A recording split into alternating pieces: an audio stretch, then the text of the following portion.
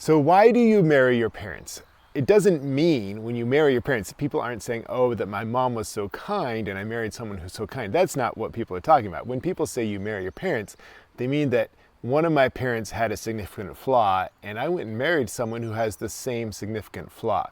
Now, I can think of two reasons why it's like this. The first is that when you were a kid, you had a safety shield in your brain that protected you from clearly seeing the very worst part of your parent's mind. And so, like if you grew up with a narcissistic parent or a cruel parent or someone who really liked to hurt you, like say sadistic parent, something like that, your brain would have protected you from seeing, so I got sunlight on my face. Your brain would have protected you from seeing, just how bad that was. So you would have seen a little bit of it, but not the full picture.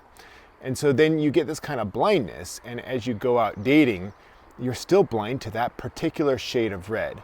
And so if you meet someone who's very attractive and who also has that one particular flaw that one of your parents had, that flaw just isn't going to seem as bad to you as it really is. And so that's one reason why you might end up marrying a person who shares one of the flaws of your parents. The other reason is interesting, because the other reason is that it's not so much you marry someone with that flaw, but after you get married, your marriage turns into a kind of a power competition where both of you are kind of competing to have power in the relationship.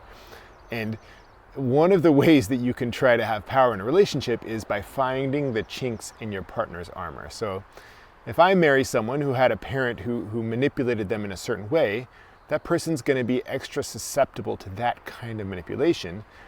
And what's going to work for me if I'm trying to manipulate my partner is manipulating them the same way that one of their parents manipulated them. And so it's not so much that I marry someone who's like my parents, it's that my partner becomes like my parents in an effort to manipulate me more effectively. It's like water running downhill.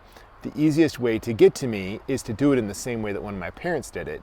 And so it ends up being two ways. I marry someone who may have shared one of the most egregious flaws of one of my parents, and after we get married, that person might tend to replicate whatever manipulation tactics my parents used to control me when I was a kid. So that's why you marry your parents.